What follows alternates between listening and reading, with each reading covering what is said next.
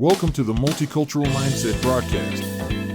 Your host is Dr. Laverne H. Collins, a licensed professional counselor, award-winning trainer, and keynote speaker. Dr. Collins is the author of Overlooked: Counselor Insights for the Unspoken Issues in Black American Life. Dr. Collins has also been a featured monthly columnist in the American Counseling Association's Counseling Today magazine with her Honoring Diversity column. Now, here's Dr. Collins.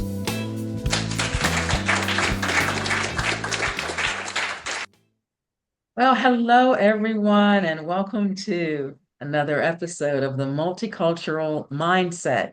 Hey, y'all know what I'm about. We are all about helping the therapeutic counseling processes be as helpful and as respectful and as culturally responsive as possible when we're working with people of color as professionals.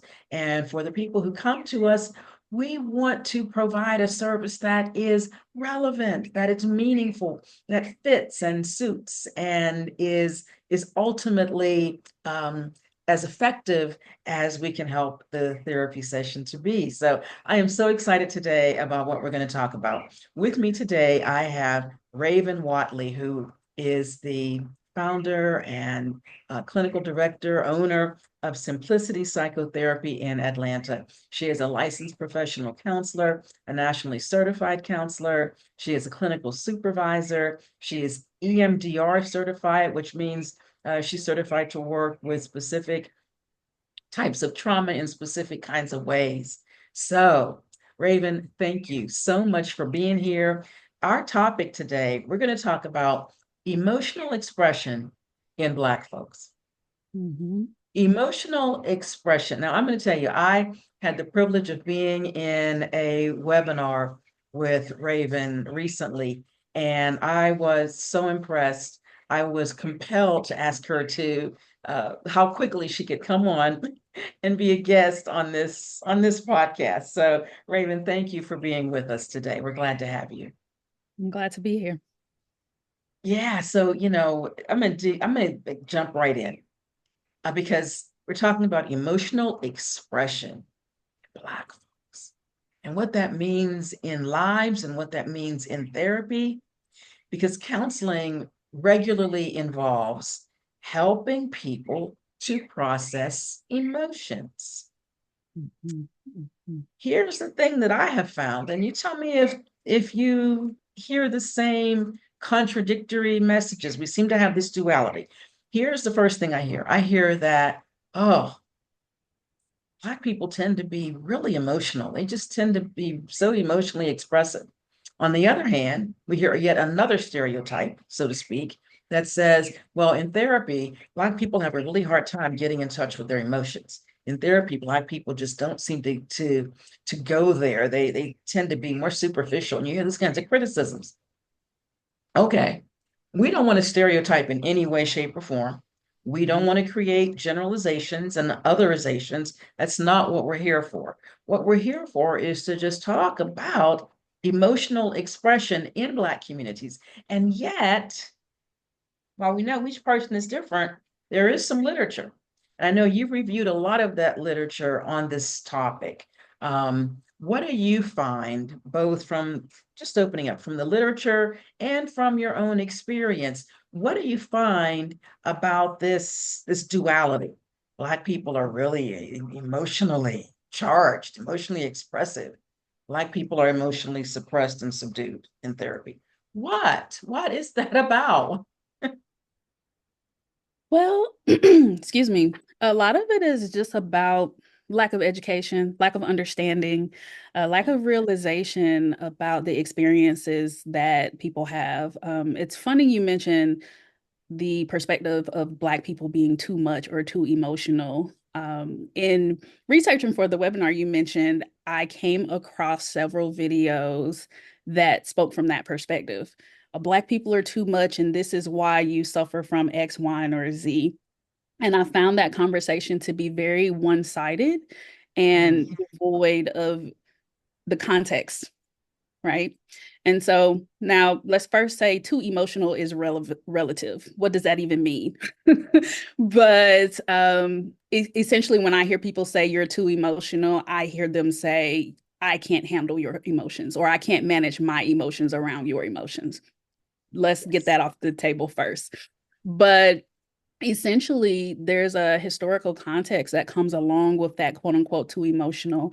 And I think we have permission to feel emotional. Unfortunately, we come from spaces that encourage us to suppress and encourage us to diminish our lived experiences or our emotional experiences. And when we do display them, they're deemed to be too much.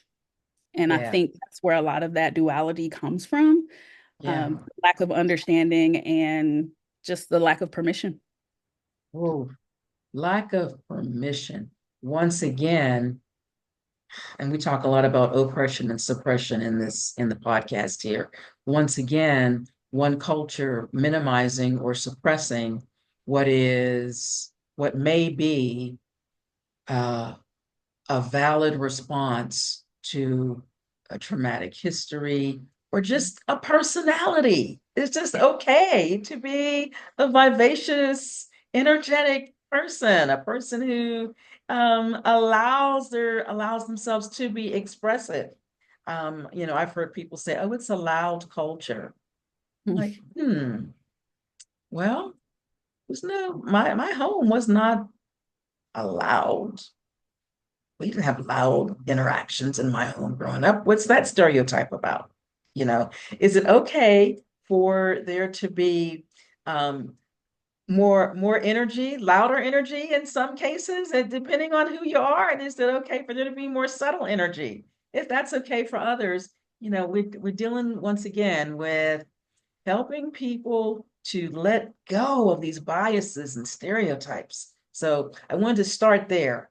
That's one bias or stereotype, whether you come from the too much, too loud, too expressive, or the subdued, shallow, can't go deep with their emotions perspective. Let's toss both of those out the window and let people be people. How about that first? And let's look at how people express who they are. And let's look at why maybe they express or don't express. So you've reviewed a lot of literature on this topic.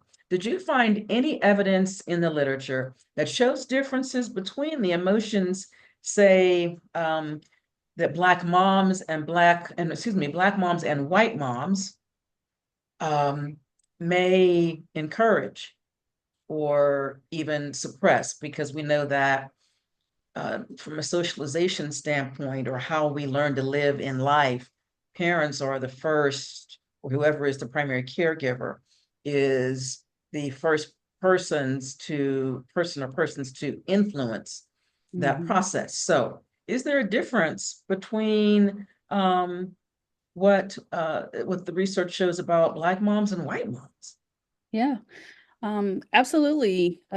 There actually was an entire study that I reviewed that was centered around the differences between African American and European American mothers and how they deemed emotional displays. And it pretty much focused on how they accepted or suppressed negative emotions.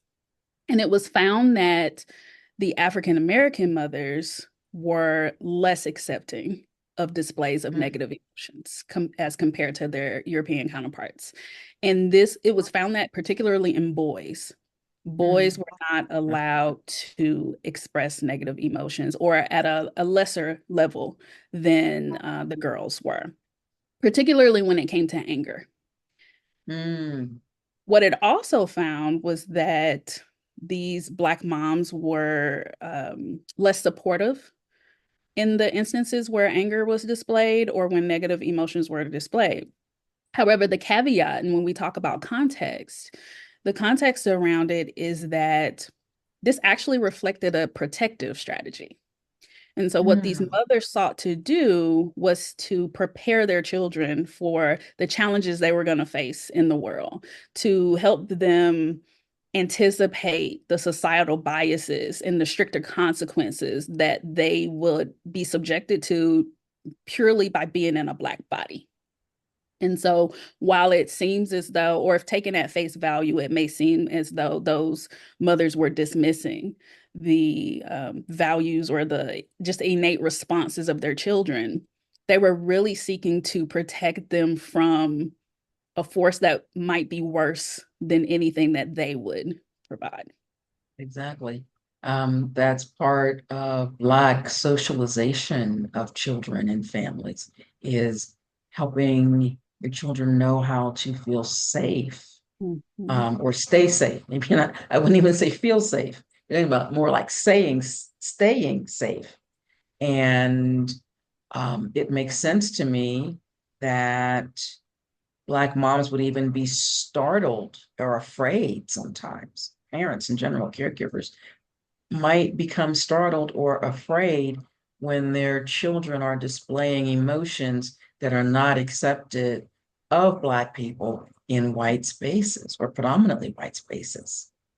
Ah, Absolutely. And as a mom, I can concur with that. I remember a time, this was right around the time that Tamir Rice was killed. And I remember very vividly remember being in a parking lot, and I was walking out of a TJ Maxx or Marshall's with my son. And he was about Tamir's age at the time. He was about 10 at the time. And so he's a kid, but my son is also a tall kid. So he appeared to be older than his stated age. And unfortunately, we know how Black boys are considered to be older than they are.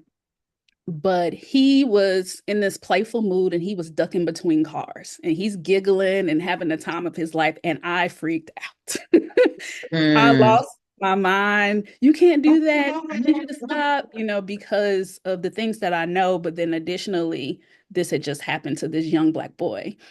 yeah, And I had to catch myself and explain to him, okay, this is why mommy reacted that way. This is what's going on. Unfortunately, you are 10, but you're not viewed as 10. And we unfortunately have to have these conversations with our children way before they need to be concerned about any of these things. Like it would just be wonderful if our kids could just be kids, right? yeah. Wow. Great example. Great example. So as we're talking about this, moms tend to be highly concerned about the emotions and the expression, the ways in which their boys express emotions. So if you have, for instance, a son, and say it's sadness, you know, um, if a mom is reluctant to encourage that sadness, because sadness can look a lot of different ways. Sadness doesn't look the same in everybody. But let's just use sadness as an example. Mhm. What does the research show about those boys? Let's talk about boys to men, right? From boyhood to manhood. Um, is it likely that as men they'll struggle with certain emotional processes as adults? Yeah. Actually, sadness is the perfect choice of feeling here. So, as youth, boys are typically, their sadness is suppressed. So, they're taught to suppress their sadness. Big boys don't cry. And they're taught not to interact or engage with that emotion. Well, what we have, or what the literature shows, is that as these boys become adults and they grow into men, they're more likely to struggle with sadness or emotions that involve sadness in their adulthood. So, difficulty processing grief, disappointment, just dealing with emotional hurt in general. And it was found that the default became anger, which is the stereotype, right? The angry Black man. But they defaulted to anger because anger was allowed, but Mm. sadness was not, right? Anger was allowed, so it's okay they've been socialized to believe, I should say, that it's okay to take the larger, more assertive or even aggressive stance. Mm-hmm. to emotional expression. But if sadness in any way suggested a pulling back or a vulnerability, to be overtaken by the emotion, you want to be overtaken by the emotion that is most aggressive and assertive, and not by the emotion that might be more, might be seen as more vulnerable. Exactly. And a lot of that has to do with the myth, I'm going to call it a myth, that vulnerability equals weakness. There you go. And what comes along with that is that the anger and the aggression equate to power. Yes. There you go. There you go. Power, control, something that Black men historically have had to fight for. Their power, their control, their voices have been stifled since our ancestors were coming over the transatlantic passage into enslavement. Wow. Now, how about with girls? Because you see anger, we think of anger as being more socially acceptable for boys. What happens with girls, and is their anger okay? Is it validated by moms? The short answer is no. So while anger was well, I won't say encouraged, but allowed, accepted in boys, it was not in girls. Girls were more likely to experience the invalidation of their anger. So they essentially were taught that anger is a no-no. Girls can't present in that way or should not present in that way. That should was placed on them. And similarly to boys, we saw the effects play out in adulthood. So many women grew to have difficulty setting boundaries, have difficulty naming injustices. And that's because if I speak up, I appear angry or aggressive or mean or insert derogatory term that is used against us when we advocate for ourselves. And so what happens is that anger gets pushed down, it gets pushed away. And so we don't want to be the angry Black woman. We don't want to be the bee in the group. We want to make sure that we're not upsetting anybody as women. So we take a more people-pleasing approach externally, would you say? People pleasing is one way that it shows up, but it also was found to show up as anxiety and resentment. And it also showed up physically. So somatic symptoms, like our body carried that information, because what happens when you compact something, it just pushes down and eventually no more can go in. And so it became compacted. And so that energy has to go somewhere. And so it manifests as physical symptoms. Yeah. And when you speak of difficulty with boundary setting and naming injustice, it seems to me that could actually contribute to situations where women may be experiencing intimate partner violence and not setting boundaries, or not just in domestic or intimate partner situations, but even in the workplace. That women may find themselves unconsciously allowing themselves to be taken for granted or taken advantage of, or not setting limits on what's reasonable and what's to be expected. Yeah.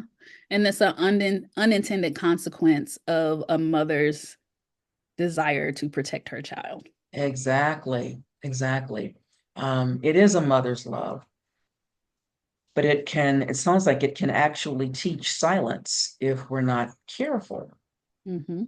Yeah, it teaches silence. It teaches blind consent to authority. It teaches at its core invalidation. What's going on with you and the experiences that you're having are not as important as another person, a situation, or things of that nature. And so you need to push all that to the side, push all that down, and man up, as they say, right?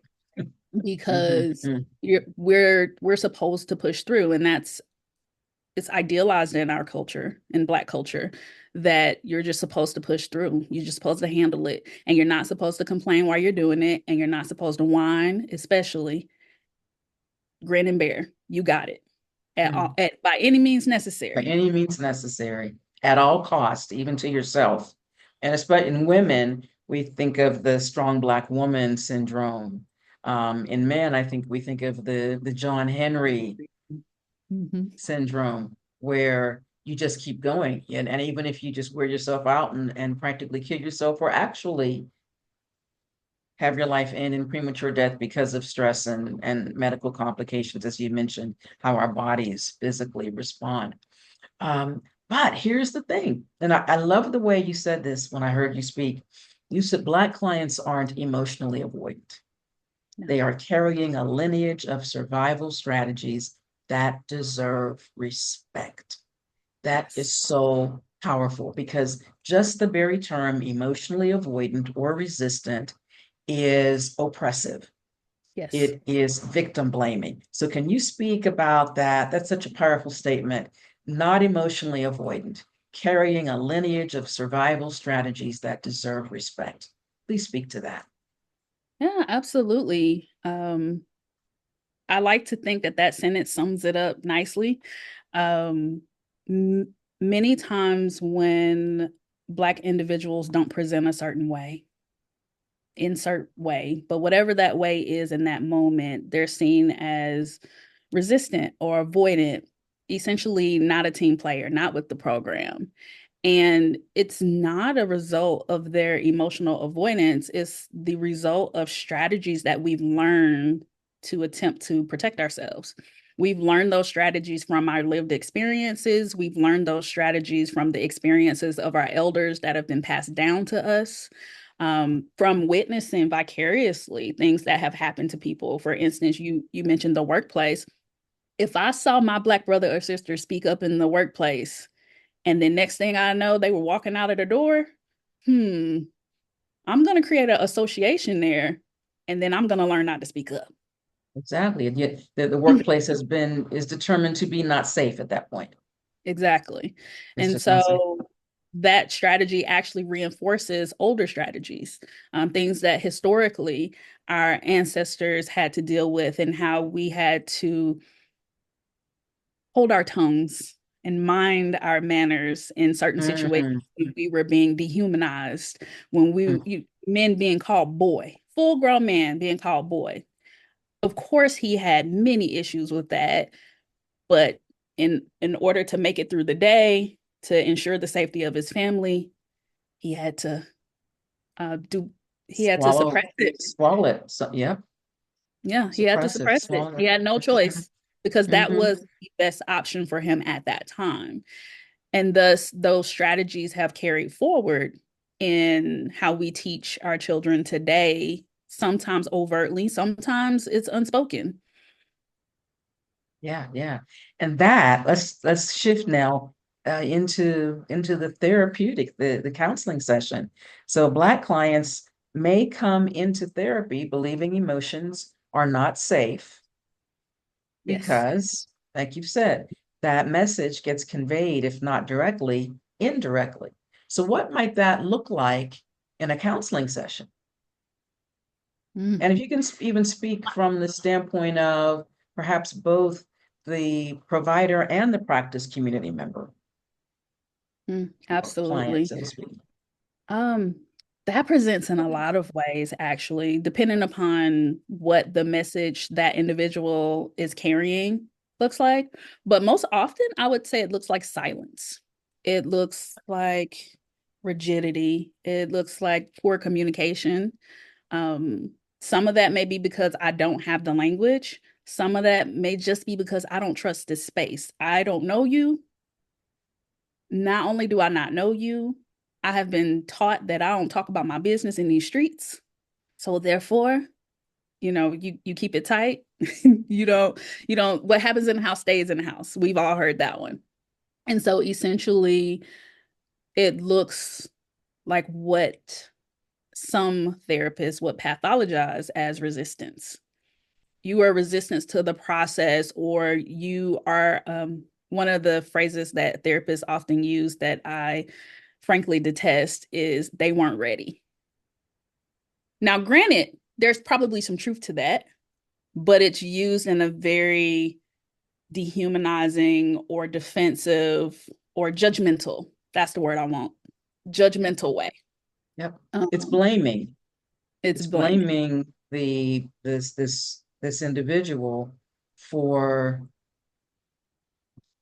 not trusting. And we talk about trauma a lot, historical trauma within Black communities, Black, Hispanic, Native American, because of the historical trauma that has been that people were forced to endure on this continent.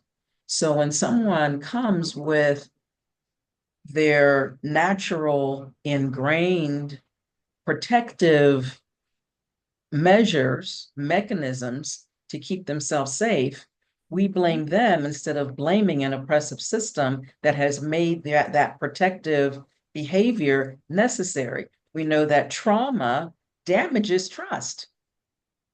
And Yes. in traditional therapy, if you don't develop a cultural responsiveness, then you're going to believe that this person walking in to your space, mind you, your space is supposed to just automatically trust you. It doesn't work that way. Yeah. So we're assuming that a person, if they come to therapy, they're going to be trusting just because they came to therapy. They came for counseling. What do you mean? They don't trust me. They asked for this. No, it's not like that. No, It's it's not like not. that. Your comment makes me think about one of the things that I've done in simplicity psychotherapy. We, from the get-go, do not start off with the traditional intake session where we ask you a battery of questions. Although the questions are relevant to your point, I don't know you. So I'm not gonna tell you all of these things right off the bat. I'm not going to feel comfortable just because I asked for this therapy and asked for this space.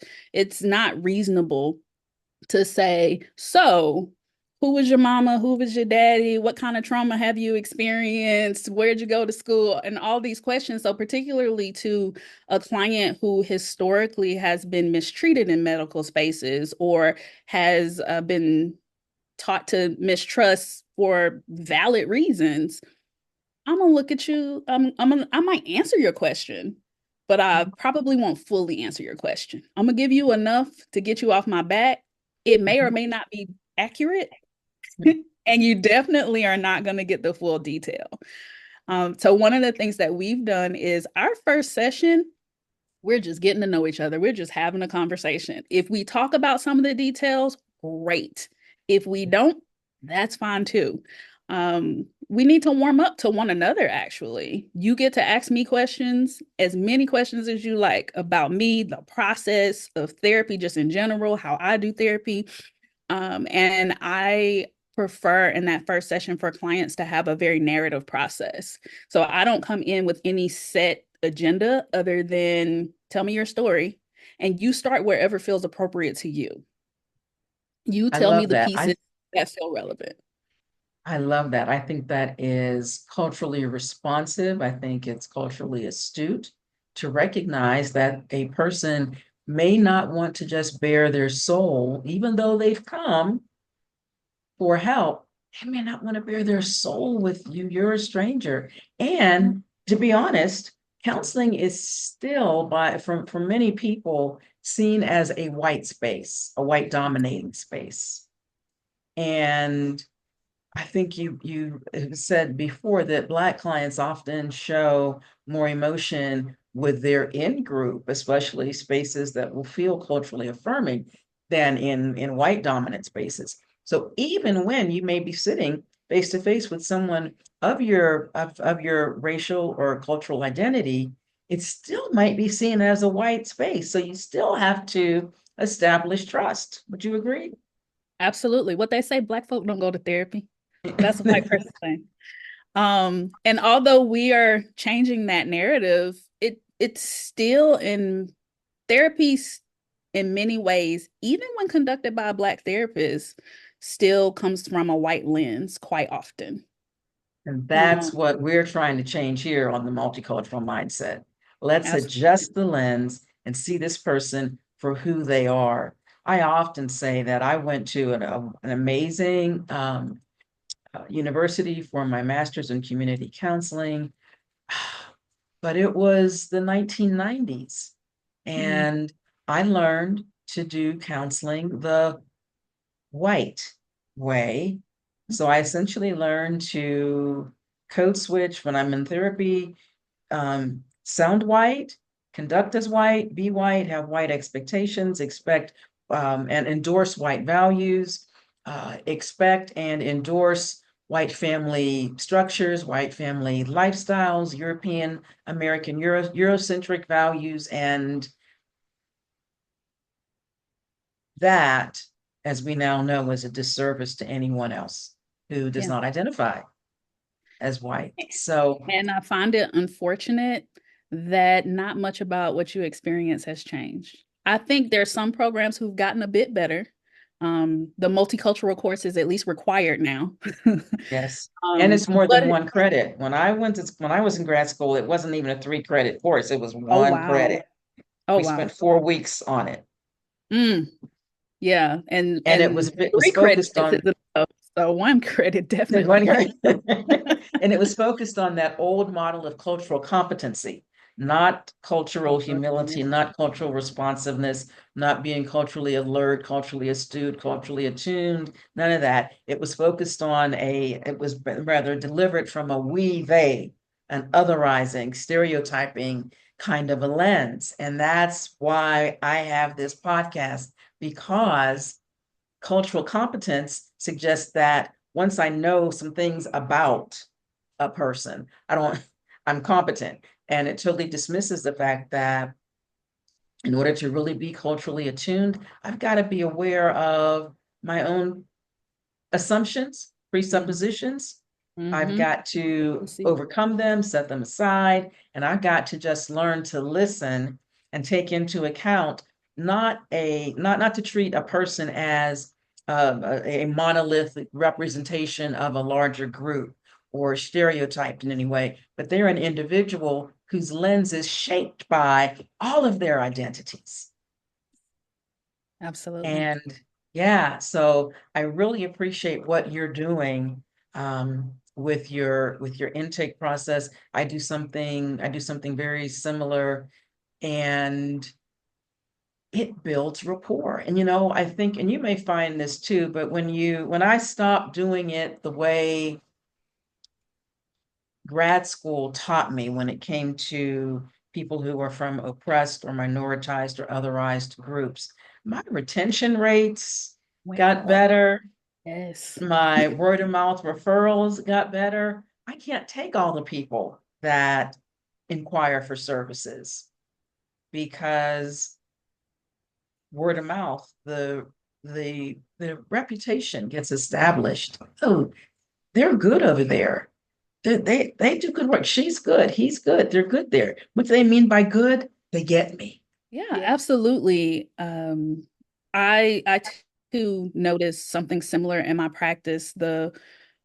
When I really allowed myself to just take hold of who I was as a therapist and let go of who I thought I was supposed to be or who I was taught to be as a therapist, because we're trained to be a specific way. One of the things that I most remember is us being trained how to sit in the therapy room. I'll never Yes. forget. I Yes. don't sit that way in therapy now. I make fun of it, in fact. But when I was able to relinquish and let those things go, it just flowed better. My conversations Yes. with clients flowed better. My clients felt more comfortable, or at least those expressed it to me, right? Yeah. And as you said, the retention went up because people felt seen, they felt heard, they felt connected. You felt like a real person. Yes, yes. And I think that it's our responsibility with what we understand now. It's our responsibility to make sure that in the way we conduct therapy, we are in general allowing a therapeutic mindset shift, and we're thinking intentionally about building safety. about speaking the client's emotional language. What are your thoughts on that? That's how I see this. Would you agree? 100% agree. One of my favorite things is when a client uses their language. When they have removed the mask or they feel comfortable, they just show up as themselves. Our tagline is actually have the audacity to be you. That's And good. that's the very thing that we want to embody. So when a client comes in and they kick their shoes off and they go, girl, you know, hey, you're at Exactly. home. You're at home. We're going to do some great work today, right? Yes. Call me girl. Call me whatever it is. I'm not necessarily going to call you girl because I am still in the professional setting. However, I welcome you to bring that into the space if that Yeah. is what makes you feel comfortable and seen and whole and connected. We talk about emotions, and sometimes the best language we have are our slang terms that we use for emotions. It doesn't have to be the quote unquote proper term or the Webster dictionary version Okay. of the term. You know, a client comes in and they're like, I'm done. Okay, I know exactly what that means. Let's Mhm. talk about what your version of done looks like. Mhm. Sometimes the best language we have is, I'm feeling some type of way. That's all. Mhm. I'm feeling some type of way. I have all of these conversion thoughts and feelings, and I don't know which way is up. And I know what I feel, but I'm not sure which one it is. It's all of these things. So I'm feeling some type of way. Mhm. Mhm. Bring that language in, use that the emotional language that best represents where you are or where your language is. All of us weren't taught emotions beyond mad, sad, and glad. Sometimes that's all we have. So feeling some type of way makes sense. And with that cultural humility, we can allow that space to exist. We can Yeah. allow that client to use whatever language makes them feel comfortable.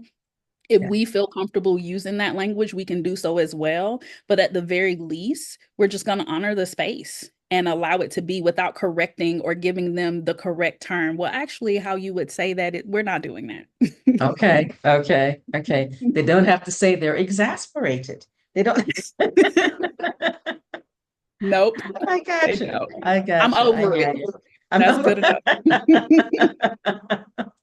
I'm over it. Yeah, it means I'm done. I'm fed up. I'm Yeah, walking. yeah, Yeah. Yeah, I'm absolutely. sick of it. I'm sick of it. Yeah. Um, such an insightful and enlightening, enriching conversation, I'm sure, to all of our viewers and listeners.